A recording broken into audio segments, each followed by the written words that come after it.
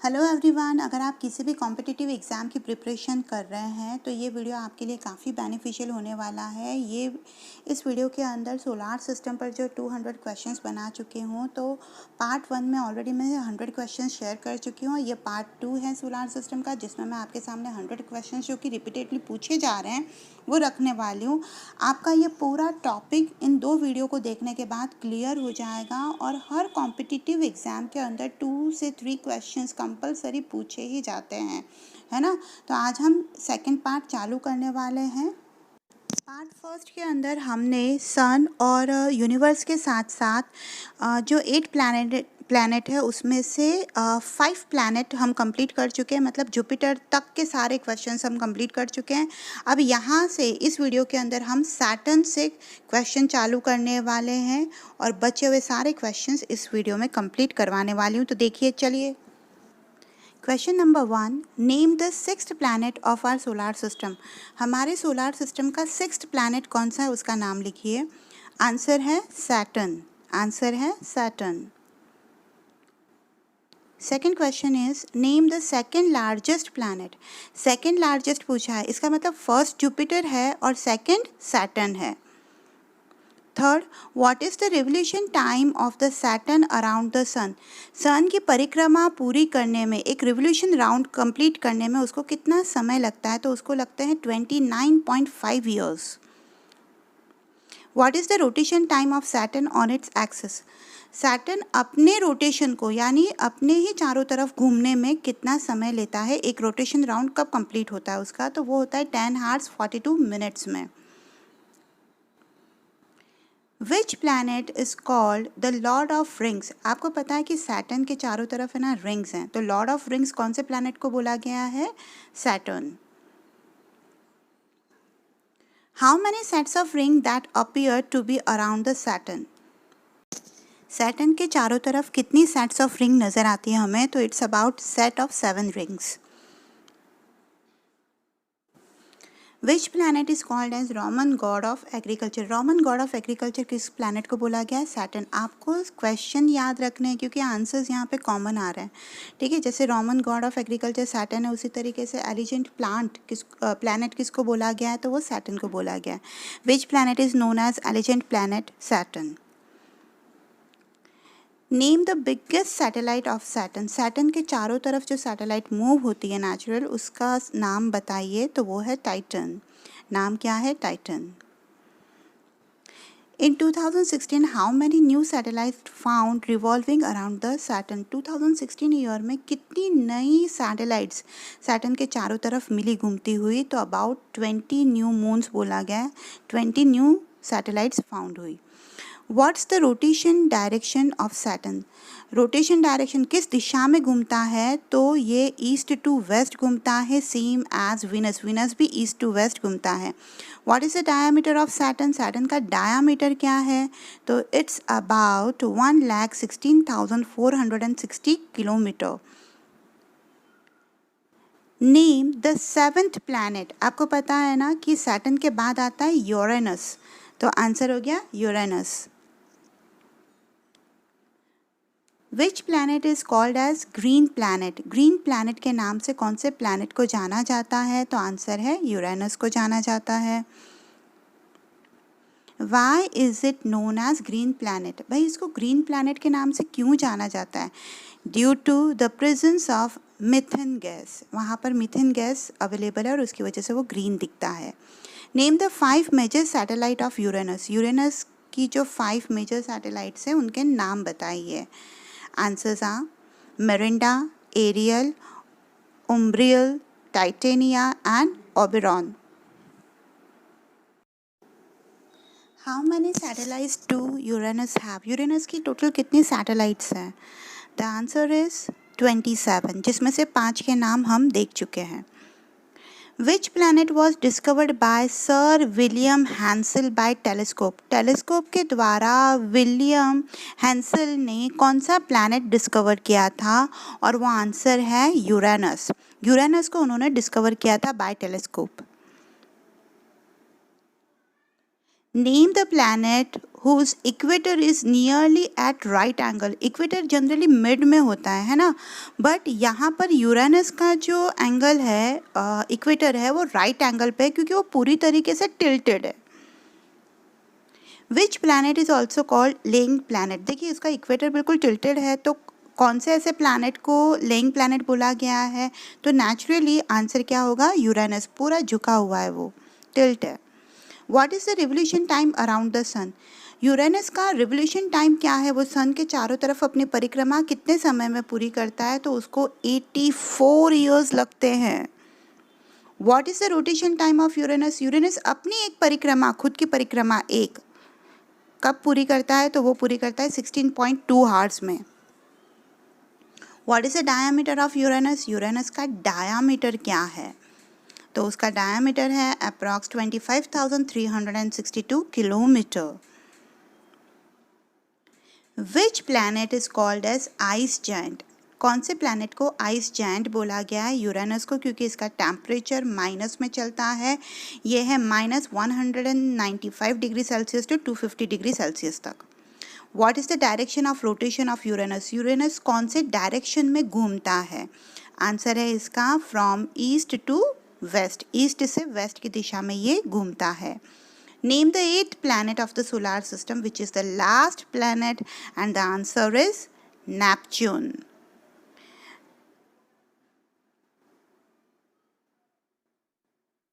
Which is the last planet of our solar system? Answer क्या है? Neptune है. वैसे पहले प्लूटो था, 9 planets थे, बट थियोरी चेंज हो गई थी.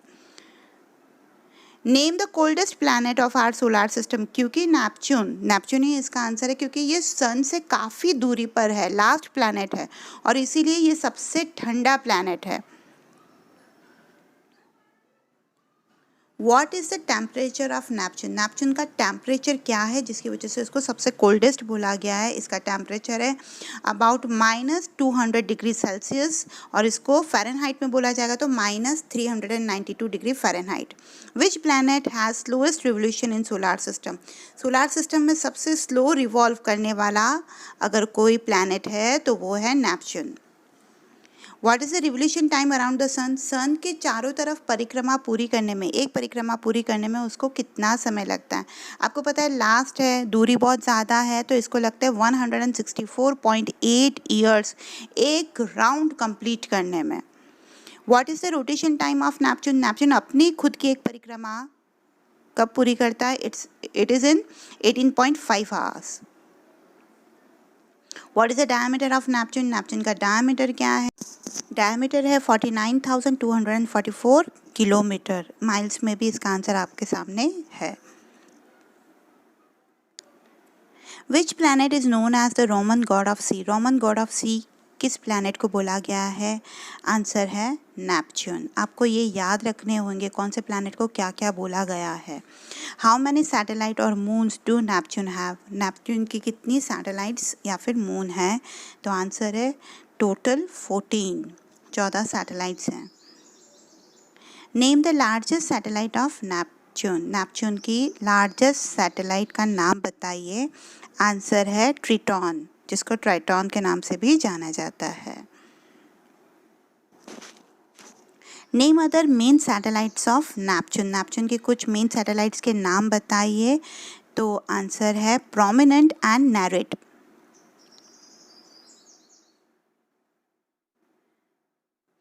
विच planet is known as Uranus twin. Uranus का ट्विन यानी ट्विंस प्लैनेट बोला गया यूरेनस का, तो वो कौन है? Neptune.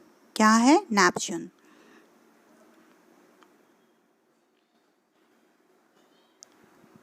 Which planet is found by the mathematical production. ये क्वेश्चन बार बार पूछा जा रहा है, कौन से प्लैनेट को मैथमेटिकल प्रोडक्शन से पाया गया था? तो वो आंसर है Neptune. Before 2006, how many planets were there in solar system? Before 2006 से है ना। कितने प्लैनेट थे हमारे सोलार सिस्टम में, तो वो 9 प्लैनेट थे। और उसके बाद थियरी पूरी चेंज हुई। आगे लास्ट प्लैनेट वाला अपन ने क्वेश्चन देखा था, जिसमें अपन ने नेपच्यून को लास्ट प्लैनेट बताया गया। Which planet is declare as dwarf planet. तो फिर जो 9th प्लैनेट था उसको ड्वार्फ प्लैनेट बताया गया, तो उसका नाम क्या था, प्लूटो। उसको प्लैनेट की कैटेगरी से हटा दिया गया था। What is the number given to Pluto. Pluto को कौन सा नंबर दिया गया ड्वार्फ प्लैनेट के अंदर, तो वो नंबर है 1,34,340। Moon is the natural satellite of which planet. Moon किसका नेचुरल सैटेलाइट है, आंसर है अर्थ का, क्योंकि अर्थ के चारों तरफ मून क्या करता है, घूमता है, तो वो उसका सैटेलाइट है। What is the diameter of the moon. Moon का डायमीटर कितना है, तो वो है अप्रॉक्सीमेटली 3,475 किलोमीटर उसका डायमीटर है। आप डायमीटर समझते हैं I think. What is their circumference of the moon. Circumference क्या है, मतलब वो जो राउंड है मून का, उसका टोटल एरिया कितना है, तो वो है 10,864 किलोमीटर। डायमीटर मिड में होता है। सरकमफ्रेंस की अगर बात की जाए तो वो उसका पूरा गोला। फिर what is called as the maximum distance of moon from the earth. अगर मैक्सिमम डिस्टेंस की बात करें तो जब अर्थ और मून की मैक्सिमम डिस्टेंस होती है तो उसको क्या बोला गया है, उसको बोला गया है अपॉजी। मतलब जब है ना मून और अर्थ के बीच में सबसे ज़्यादा दूरी होती है तो उसको अपॉजी बोला गया है। तो जब मून और अर्थ में कम दूरी होगी तो उसे क्या बोला जाएगा, तो what is called as minimum distance of the moon from the earth. जब मून अर्थ से काफ़ी कम दूरी पे होता है तो उसको क्या बोला जाता है, उसको बोला जाता है perigee, perigee. What is the rotation time of moon on its axis. अब मून अपना ही एक राउंड कंप्लीट करने में, खुद का ही एक राउंड रोटेशन टाइम क्या लगाता है कंप्लीट करने में, तो उसको लगता है approximately 27 days 7 hours and 43 minutes. How much part of the moon is visible from the earth. Earth से हम जब मून को देखते हैं तो कितना पार्ट हमें नज़र आता है मून का, तो वो है 59%। Sea of tranquility is located at dash. Sea of tranquility कहाँ लोकेटेड है, तो it is located on moon. आपको ये याद रखना होगा, बहुत सी बार पूछा गया है question. Name the highest mountain of moon. Moon के ऊपर जो माउंटेन है सबसे हाईएस्ट, उसका नाम बताइए। नाम है liberty mountain. Time taken by reflected light of moon to reach the earth. जब है ना, आपको पता है कि मून का खुद का लाइट नहीं है, वो क्या करता है, सन से लाइट लेता है और फिर रात को उसको रिफ्लेक्ट करता है, तो वो कितना टाइम में अर्थ पे पहुंचता है, तो इट टेक्स अबाउट 1.30 सेकेंड। कितनी बार आपको ऑप्शन 1.28 सेकेंड भी दिया जाएगा। What is the size of moon as compare to the earth. Earth की साइज़ से अगर मून की साइज़ को कंपेयर किया जाए तो क्या साइज़ है उसका, तो मून का साइज़ है अर्थ के 1/4, यानी 1/4 ऑफ द अर्थ वो मून का साइज़ है। What is the gravitational pull of moon as compare to the earth. Earth के अगर ग्रेविटेशनल पुल से कंपेयर किया जाए तो मून का ग्रेविटेशनल पुल क्या है, तो वो अप्रॉक्सीमेटली हो जाता है 1/6 ऑफ द अर्थ्स ग्रेविटी। मतलब इसको ऐसे समझिए कि धरती के ऊपर अगर किसी इंसान का वज़न 60 kg है, 60 किलो है, तो मून पर जाने के बाद वो उसका 1/6 हो जाएगा, मतलब 10 kg हो जाएगा। What is the study of moon called. Moon की स्टडी को हम क्या कहते हैं, उसको हम कहते हैं सेलेनोलॉजी। सेलेनोलॉजी।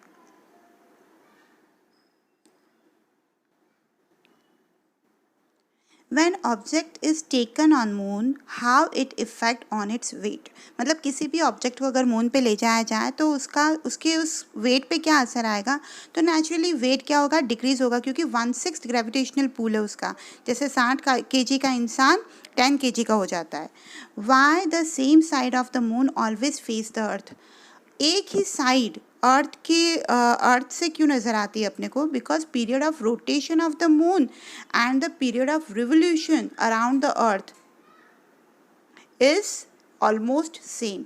रोटेशन टाइम हो चाहे वो अर्थ के चारों तरफ परिक्रमा कर रहा है ना, तो वो टाइम सेम है, 1 महीना अप्रॉक्सीमेटली। जैसे मैंने आपके क्वेश्चन में एग्जैक्ट टाइम दिया है 27 डेज 7 आवर्स और 43 मिनट लगते हैं, तो रोटेशन टाइम और रिवोल्यूशन टाइम क्या है, सेम है, और इसीलिए सेम साइड ही मून की अपने को अर्थ से नजर आती है।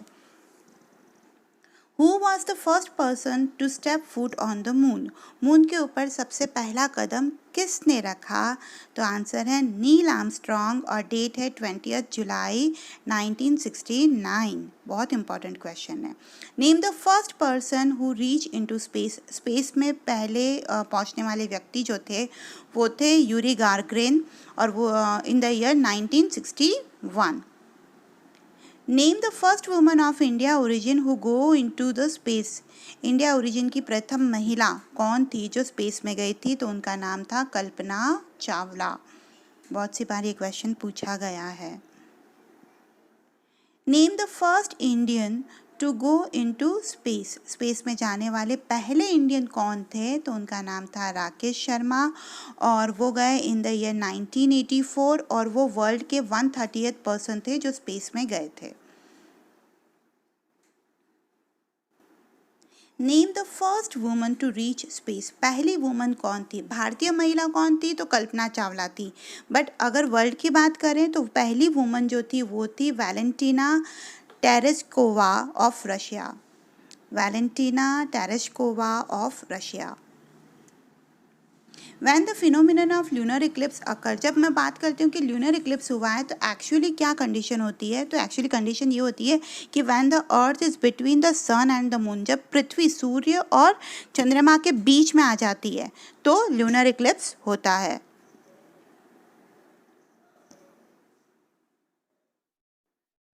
When the phenomenon of solar eclipse occur, solar eclipse कब occur होता है? When the sun, earth and moon come in the straight line with the moon in the middle. जब सूर्य, पृथ्वी और चंद्रमा तीनों ही स्ट्रेट लाइन में आ जाते हैं, और स्ट्रेट लाइन में भी कैसे सिचुएशन है कि मून मिड में आ जाएगा सन और अर्थ के, तो ये सोलार इक्लिप्स कहलाएगा। What is the name of black hole which is at a center of Milky Way? Black hole जो है उसको क्या नाम दिया गया है? उसको नाम दिया गया है Sagittarius A star. Sagittarius A star. Name the brightest planet outside the solar system. Inside the solar system नहीं पूछा गया है, आउटसाइड द सोलार सिस्टम की अगर बात करें तो उसका नाम है साइरस, जिसको डॉग स्टार के नाम से भी जाना जाता है। तो अब मेरा आपसे क्वेश्चन है कि इनसाइड द सोलार सिस्टम में ब्राइटेस्ट प्लैनेट कौन सा है, बताइए। Name the space agency who build Hubble space telescope. HST किसने बनाया? तो यूनाइटेड स्टेट्स स्पेस एजेंसी, जो कि नासा का ही पार्ट है, United state space agency. What is the full form of NASA? जब हम बात करते हैं नासा का तो उसका फुल फॉर्म क्या है? National Aeronautics and Space administration.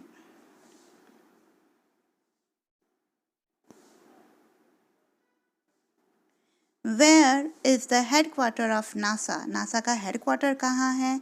तो it is in Washington DC, जो कि USA में स्थित है, कैपिटल है USA की।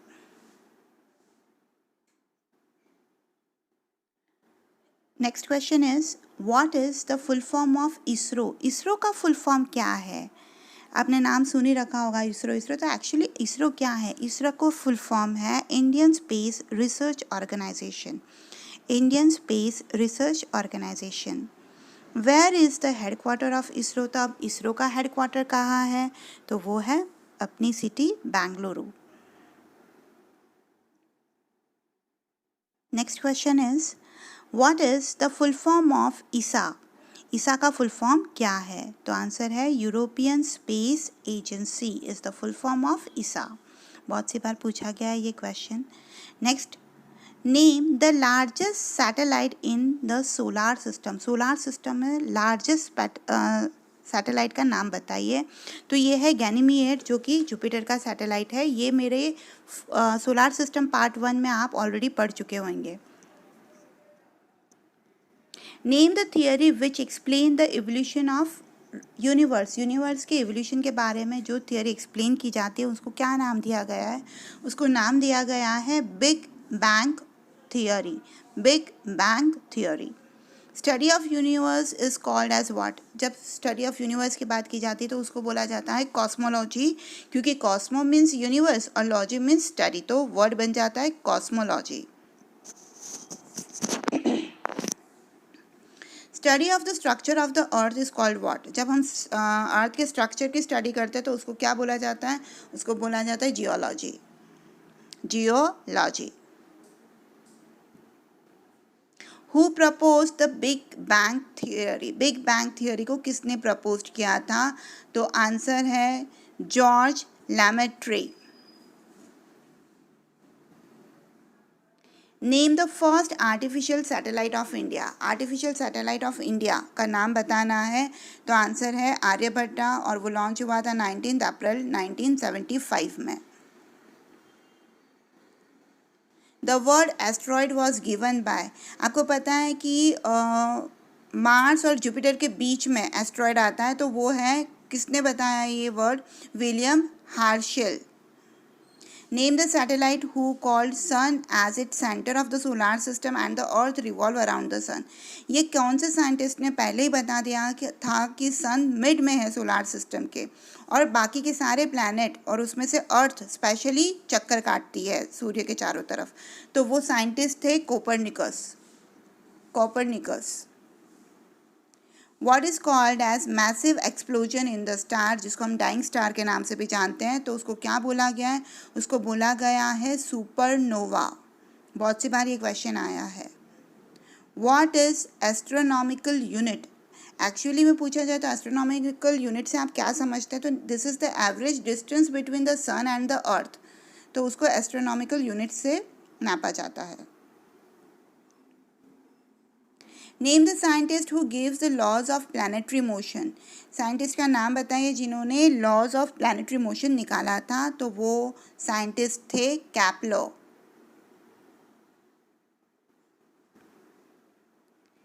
Name the largest dwarf planet in our solar system. बच्चे प्लूटो लिख देते हैं, आंसर रॉन्ग हो जाएगा क्योंकि लार्जेस्ट पूछा गया है, तो इसका नाम है एरिस.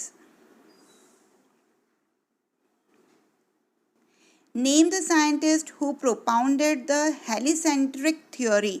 हेलिसेंट्रिक थ्योरी लाने वाले जो साइंटिस्ट थे, प्रोपाउंडेड जिन्होंने करा था, वो थे कोपरनिकस, और in the year 1543.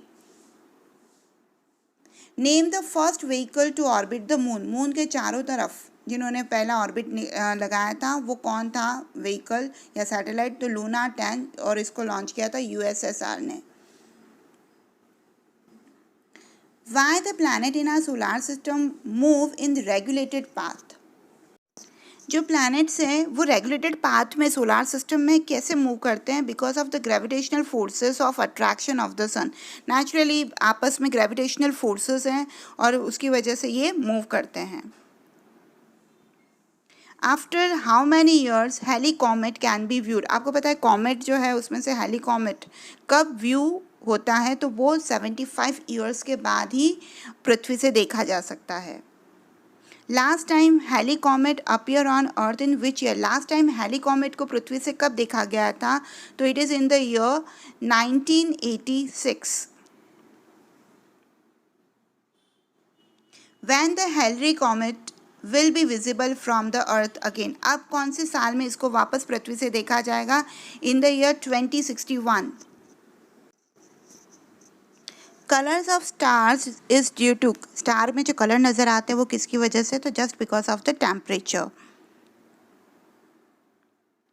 The stars forming a group that has a recognisable shape is called as what? Stars जो एक ग्रुप बनाते हैं, फॉर्म बनाते हैं जिसको हम पहचान सकते हैं, तो उसको हम क्या बोलते हैं? उनको हम बोलते हैं constellation. The Indian name of the Orion constellation is. Indian name क्या दिया गया? अलग अलग पैटर्न है एक्चुअली कॉन्स्टेलेशंस के, ठीक है, तो उसमें से ओरियन वन है, उसको इंडियन नेम क्या दिया गया? उसको दिया गया योद्धा. Name the star in which constellation form the shape of the hunting man. अब एक्चुअली ये जो हंटिंग मैन जैसा शेप दिखता है आसमान में तारों का, तो उसको क्या बोला गया है? उसको बोला गया है Orion. How many prominent stars are there in the constellation of Great beer.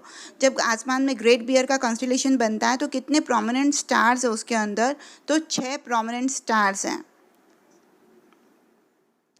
How many prominent stars are there in the constellation of Ursa Major, जिसको हम सप्त ऋषि के नाम से जानते हैं हिंदी में, है ना। तो उर्सा मेजर में कितने प्रोमिनेंट स्टार्स हैं, तो 7 से बना हुआ है, इसीलिए इसको सप्तऋषि के नाम से भी जाना जाता है। Who gave the first evidence of big bang theory, किसने प्रोपाउंड करा वो अलग बात है, बट फर्स्ट एविडेंस देने वाले जो साइंटिस्ट थे उनका नाम था Edwin Hubble. Mangalyaan was launch by ISRO on, Mangalyaan को कब लॉन्च किया गया इसरो के द्वारा, आंसर है ऑन नवंबर 5, 2013।